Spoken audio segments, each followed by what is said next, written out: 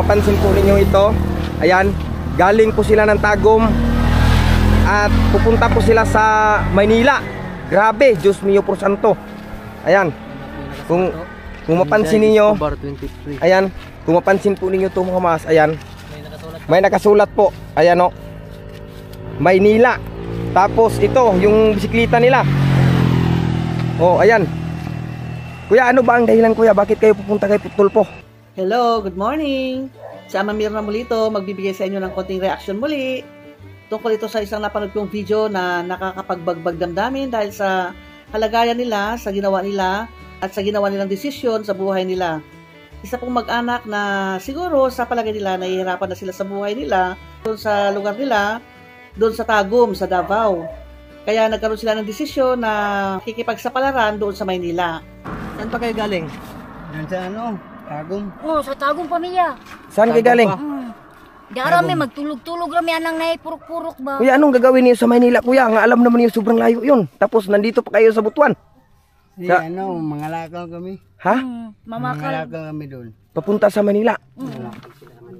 Ayan mga kamasno, sila po ate ay Manila pa.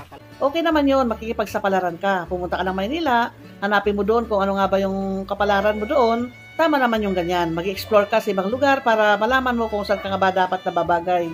Pero sa napanood kong ito, mga kaama, ay kakaiba naman po dahil mula sa Tagum o mula sa Davao, magbibiyahe sila papunta ng Maynila. Anong gagawin nila doon? Pupunta raw sila kay Tulfo para humingi ng tulong.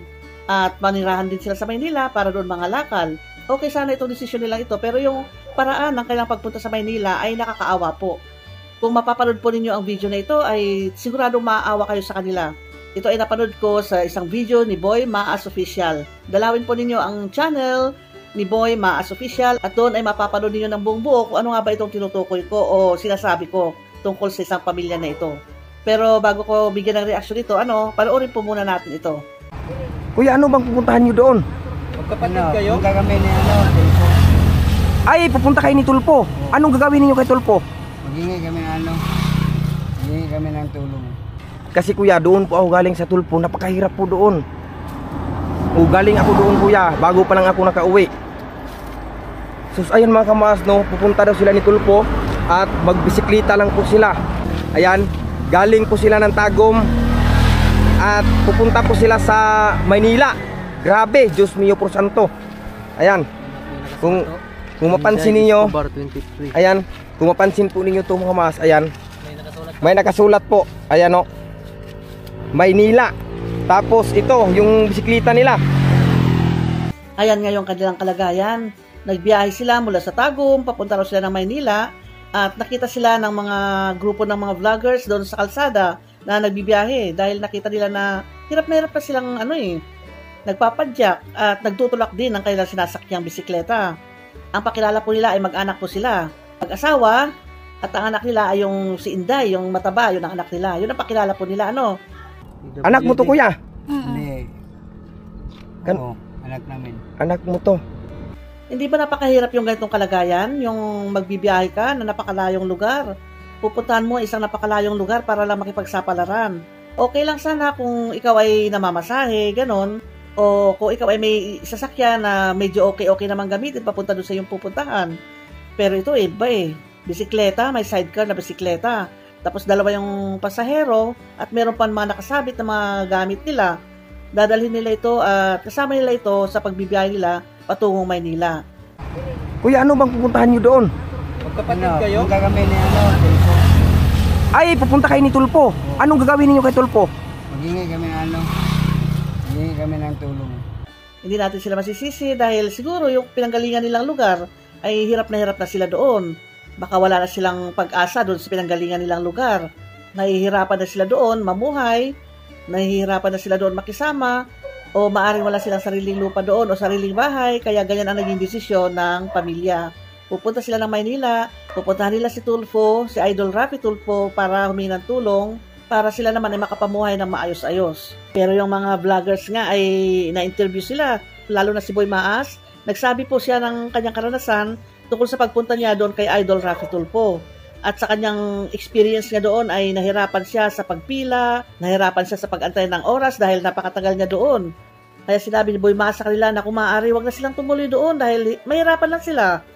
Kasi kuya, doon po ako galing sa tulpo, napakahirap po doon.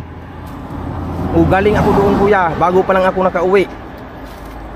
Sus, ayun mga kamaas, no, pupunta daw sila ni tulpo at magbisikleta lang po sila. Sa ngayon pa nga lang Tagum, mula sa Tagum, nakarating na sila sa Butuan. Ilang oras o ilang araw sila nagbiyahe mula Tagum to Butuan? 10 araw. Di ba, Mindanao pa lang yan. Kuya, ilang araw na kayo? Ano, simana na kami. Sinana namin. Ha? Simana ang kalahati. Isang simana at kalahati. Simana at kalahati, bali 10 araw. 10 araw na. Mga 10 araw na. Hala, ang biyahe nila mga mas, galing sila ng Tagum. So, biyahe pa sila papuntang Manila. So, nandito pa sila sa Sibagat. Sibagat. Sibagat naman to mga maas. 10 araw ang kanilang ginugol sa pagbibiyahe nila. Sa ilang probinsya lang ang nadaanan. Bisikleta lang kasing ginagamit. Tinanong pa sila ni Boy Maas kung vaccinated ba sila. Yan, wala silang vaccine. May ID ba sila? Wala silang ID. Ay, lalong hindi sila patutuloyin doon sa Rafi Tulfo niyan. Yung pamilya nakukumbinsi naman at nakikinig naman sa sinasabi ng mga vloggers, lalo na kay Boy Maas, dahil alam nila na wala silang mga ID, wala silang vaccine, alam nila na hindi sila makakatuloy o makakapasok man lang doon sa kinaroroonan ni Idol Rafi Tulfo. Dahil sa kahirapan, kaya nagagawa nila ito. Maari nga na yung nabanggit ko kanina, na maari wala silang kinabukasan doon sa lugar na kanilang pinanggalingan. Kaya nakikipagsapalaran sila. Sana makinig sila doon sa payo ni Boy Maas. Kung ano man yung payo ni Boy Maas sa kanila, sana sundin nila ito. Dahil si Boy Maas, isang charity vlogger yan. Siyempre tumutulong yan. At sasabihin niya kung ano yung nararapat, sasabihin niya kung ano yung mas nakabubuti sa kanila. Sana sundin nila yan, itong pamilya na ito. Sige po mga kabsat, mga kaama, may part 2 po itong aking video na ito, itong reaction video ko na ito, na kung gusto niyo mapanood naman ang buong buo na, sinabi ko kanina, dalawin niyo yung channel ni Boy Maas Official. Kuya, anong gagawin ninyo pag tawid ninyo sa kuan? Hindi naman siguro pwede pag hindi ni ikarga sa barko to.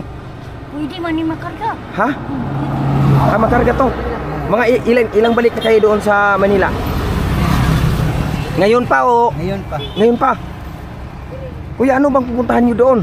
Magkapatid kayo? Punta kami ni Tulfo. Ay, pupunta kayo ni Tulfo. Anong gagawin ninyo kay Tulfo? Maghingi kami ng tulong. Itong umpisa pa lang ng pagbablog sa kanila ay nakakaawa yung kanilang sitwasyon. Pero itong mga darating o itong mga susunod na mga videos na ay mga good vibes na po ito. Salamat nga pala kay Boy Maas sa kanyang pagpayag na gamitin ko ang kanyang video na ako'y magre-reaction sa kanya. Pumayag naman po siya. Kaya salamat po kay Boy Maas Official. Okay, hanggang dito na lamang po ang aking sasabihin. May part 2 pa po ito ha. Abangan ninyo. Hanggang sa susunod muli. Bye-bye!